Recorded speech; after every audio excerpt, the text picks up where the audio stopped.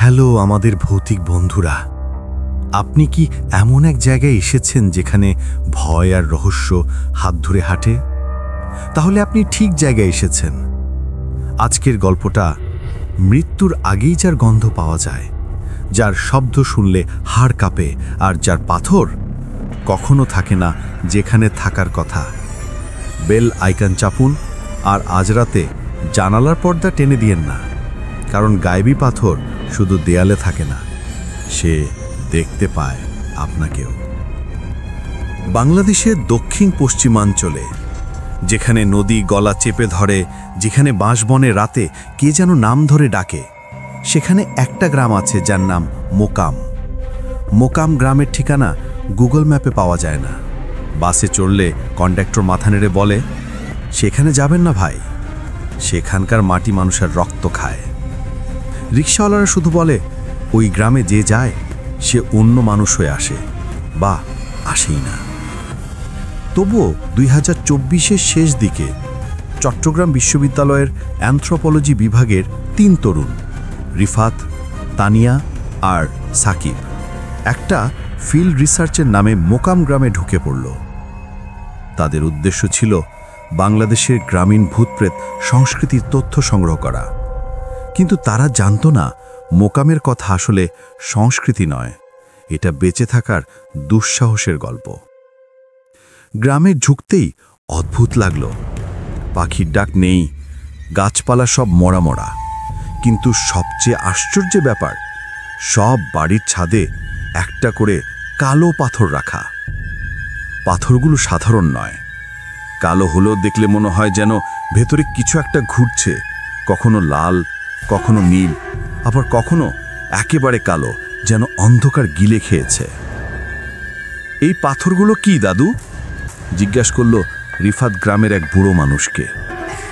বুড়ো চোখ বন্ধ করে বলল, ওই পাথর না থাকলে মোকাম গ্রামের আত্মা চলে আসে। পাথরগুলো গায়েবী পাথর, কেউ বানায় না, কেউ আনে না, আপনা থেকে আসে। আপনা থেকে? তানিয়া হাসল, কিন্তু হাসি ঠোঁটে আটকে গেল যখন দেখল বুড়োর চোখ দুটো একদম সাদা, যেন কোনো মণি নেই। হ্যাঁ, আর যে পাথর হারায় সে আর ফেরে না। রাত হলো। তাদের থাকা হলো গ্রামের এক পরিত্যক্ত জমিদার বাড়িতে, মোকাম বাড়ি। নাম শুনে মনে হতে পারে শান্তি, কিন্তু বাড়িটা দেখলে মনে হবে অন্ধকারের এক মুখ। বাড়িটা 3 তলা, মাথায় ছাদে সেই কালো গায়েবী পাথর, কিন্তু পাথরটা সম্পূর্ণ নয়। এক কোণায় ফাটল, আর সেখান থেকে এক ধরনের গাঢ় লাল ধোঁয়া বের হচ্ছে। রাত 11টা, সবাই ঘুমাচ্ছে। তানিয়ার ঘুম ভাঙে একটা শব্দে, টু টু টু, যেন কেউ কাঠের উপর নখ দিয়ে আঁচড়াচ্ছে। সে চোখ মেলে, জানালার পর্দা নেই, বাইরে চাঁদ নেই, কিন্তু ছাদে সেই গায়েবী পাথর থেকে আলো আসছে, লাল আলো, যেন কারো হৃদয়ের ধড়কন। রিফাত ডাকল, কিন্তু কোনো জবাব নেই। হঠাৎ তানিয়া, তার নামকে ডাকল পেছন থেকে। সে মাথা ঘোরালো, ঘরে কেউ নেই, কিন্তু দেয়ালে একটা হাতের দাগ, গাঢ় লাল, যেন রক্তে ভিজে। সে চিৎকার করতে যাচ্ছিল, কিন্তু গলায় যেন কেউ হাত দিয়ে চেপে ধরেছে। শ্বাস আটকে গেল। তখনই দরজা খুলে গেল। রিফাত ঢুকল, কিন্তু চোখ দুটো সম্পূর্ণ কালো। তুমি কে? তানিয়া হাঁপাতে হাঁপাতে বলল। রিফাত হাসল, হাসি যেন কোনো পুরনো মৃতদেহের। মুখ টান টান, চোখে জল নেই, শুধু একটা নির্মম আনন্দ। আমি ওই যে পাথরটা পড়ে গেছে, আমি তার জায়গায় এসেছি। রিফাত বলল, কণ্ঠে দুটো আওয়াজ, একটা তার নিজের, আরেকটা যেন কোনো মহিলার, যার কণ্ঠ ভিজা মাটির মতো ভারী। তানিয়া পিছিয়ে গেল। পেছনে দেয়াল। মোকাম বাড়ি কেবল বাড়ি না, এটা একটা দরজা, আর গায়েবী পাথর হলো তালা। তুমি কি জানো কেন এই গ্রামের মানুষ কখনো মরে না? কারণ তারা আগে থেকেই মরা। শুধু পাথরের কারণে দেহ চলে। তানিয়া চোখ বন্ধ করে দৌড় দিল, কিন্তু বাইরে সব বাড়ির ছাদের পাথর নেই, সবগুলো গায়েব। আর রাস্তায় অসংখ্য মানুষ, সবার চোখ কালো, মুখে একই হাসি, ধীরে ধীরে হাঁটছে মোকাম বাড়ির দিকে। পরদিন সকালে তানিয়া নিজের ঘরে জেগে উঠল। সবকিছু ঠিকঠাক, রিফাত স্বাভাবিক, সাকিব চা বানাচ্ছে। গত রাতে কি কিছু ঘটেছিল জিজ্ঞাসা করল সে। না, তুমি হয়তো স্বপ্ন দেখেছ, রিফাত বলল, কিন্তু তার হাতের আঙ্গুলগুলো কাঁপছিল। সাকিব চুপচাপ একটা পুরনো দলিল নিয়ে এলো। এটা জমিদার বাড়ির পুরনো রেকর্ড, 1923 সালের। তানিয়া পড়ল, মোকাম গ্রামে 1923-এর 7 জুলাই রাতে জমিদার সৈয়দ আহমেদ খানের একমাত্র মেয়ে ফাতেমা গায়েব হয়ে যায়। সে তখন মাত্র 16 বছরের। বাড়ির পেছনের কূপে তার রক্তাক্ত শাড়ি পাওয়া যায়, কিন্তু দেহ পাওয়া যায়নি। পরদিন থেকে গ্রামে অদ্ভুত কালো পাথর শুরু হয়।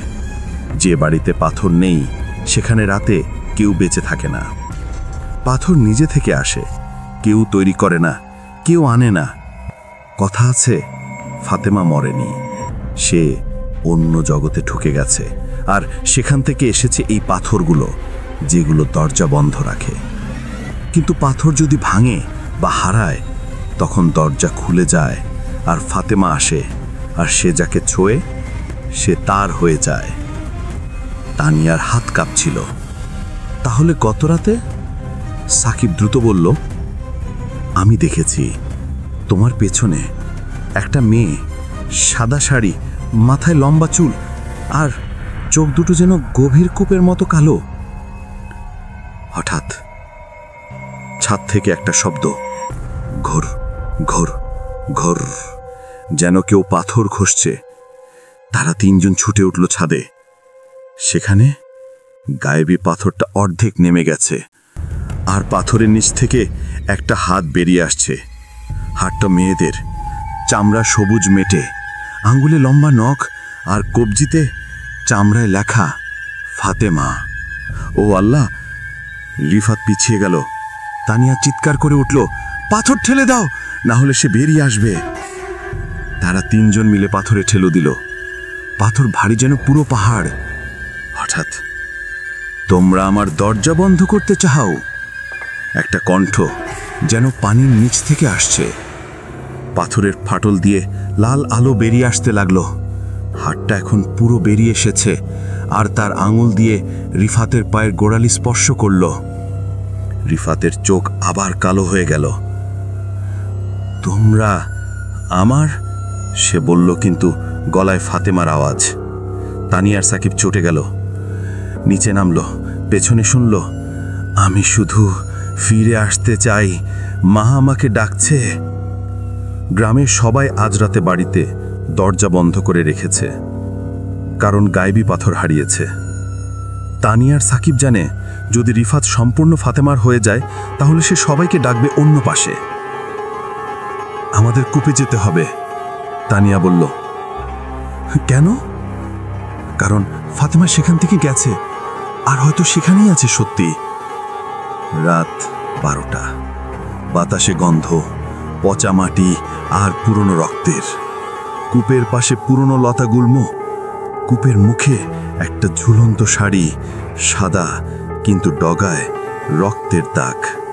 সাকিব টর্চ জ্বালালো। কূপের ভেতর অন্ধকার, যেন শূন্যতা। কিন্তু হঠাৎ একটা চোখ, কূপের ভেতর থেকে একটা বিশাল স্ত্রীলোকের চোখ তাদের দেখছে। তানিয়া চিৎকার করে উঠল, ফাতেমা! চোখটা হাসল। তারপর কূপ থেকে একটা কালো হাত বেরিয়ে এলো। হাতটা সাকিবকে ধরে ফেলল। তুমি আমার বাবার মতো দেখতে, কণ্ঠ ভেসে এলো কূপ থেকে।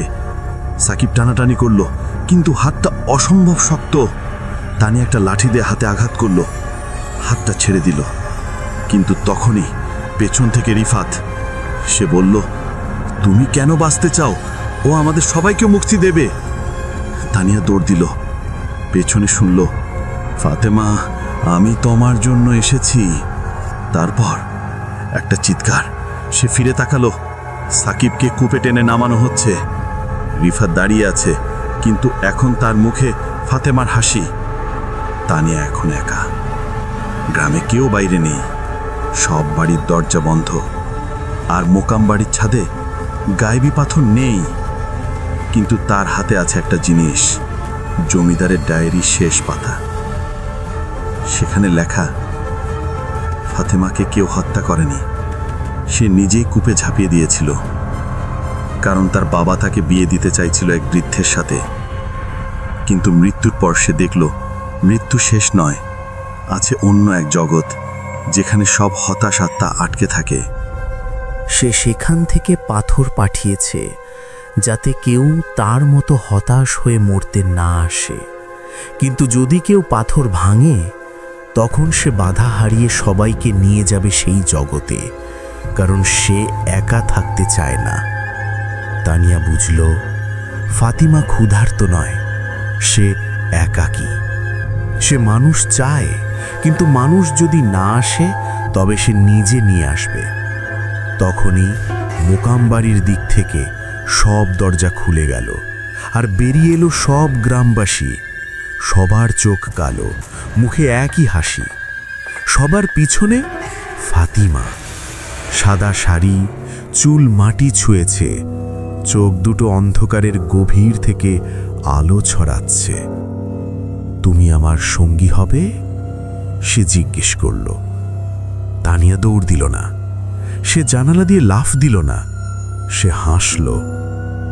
না, আমি আমার বাবা মায়ের জন্য বাঁচব। ফাতিমা চোখ কুঁচকালো। তুমি পারবে না, আমি আছি। তানিয়া তখন ডায়েরির শেষ পাতাটা ছিঁড়ে ফেলল আগুনে। হঠাৎ কুয়ো থেকে একটা কাঁপন, আকাশে বিদ্যুৎ, আর মোকাম বাড়ির ছাদে গায়েবী পাথর ফিরে এলো।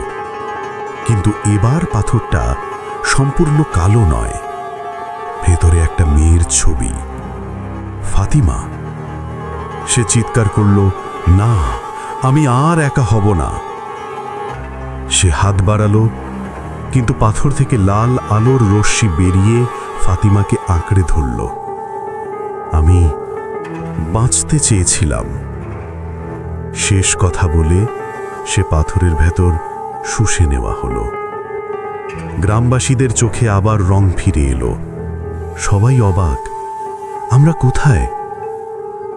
তানিয়া কাঁদছিল। সে জানত ফাতিমা শান্তি পেয়েছে, কিন্তু পাথর আর কখনো গায়েব হবে না, যতক্ষণ না কেউ আবার হতাশ হয়ে কুয়োপে ঝাঁপ দেয়। তানিয়া একা বাইরে বেরিয়ে এলো। ভোর হতে চলেছে। মোকাম বাড়ির ছাদে পাথরটা শান্ত। কুয়োর পাশে ফাতিমার শাড়িটা উড়ে চলে গেল বাতাসে। তানিয়া ফিরে তাকালো। সাকিব আর রিফাত জেগে উঠেছে, কিন্তু তাদের চোখে ভয়ের ছাপ। রিফাত বলল, আমি কিছু মনে পাচ্ছি না, কিন্তু আমার হাতে একটা শীতলতা। তানিয়া জানে ফাতিমার ছোঁয়া সম্পূর্ণ যায়নি। সে তাদের বলল, চলো এই গ্রাম ছেড়ে চলি, এখানে আর কোনো গবেষণা নয়। তিনজন মিলে বাসে উঠল। পিছনে মোকাম গ্রাম আবার শান্ত, কিন্তু তানিয়ার ব্যাগের ভেতর থেকে একটা ছোট কালো টুকরো পাথর। সে চমকে গেল, সে তো পাথর নিয়ে আসেনি। তখনই পাথর থেকে এক ফোঁটা লাল জল পড়ল তার হাতে, আর একটা কণ্ঠ, তুমি আমাকে ছেড়ে যাবে না, আমি এখন তোমার সাথে। তানিয়া চোখ বন্ধ করল। সে জানে গল্প শেষ হয়নি, শুধু শুরু হয়েছে। মন, ভয় পেয়েছেন? আপনি একা নন। আমরাও রাতে দরজা আর জানালা দুটোই বন্ধ করি। কিন্তু মনে রাখবেন, গায়েবী পাথর শুধু মোকাম বাড়িতে নয়, আপনার মনের অন্ধকার কোণায়ও থাকতে পারে। ঘোস্ট। লাইক করুন, শেয়ার করুন আর কমেন্টে লিখুন, আমি কখনো একা হব না, কারণ আমরা আছি আপনার পাশে এই ভৌতিক জগতের যাত্রায়। ক্যান্ডেল, আপনার ভৌতিক বন্ধু, হরর বাংলা।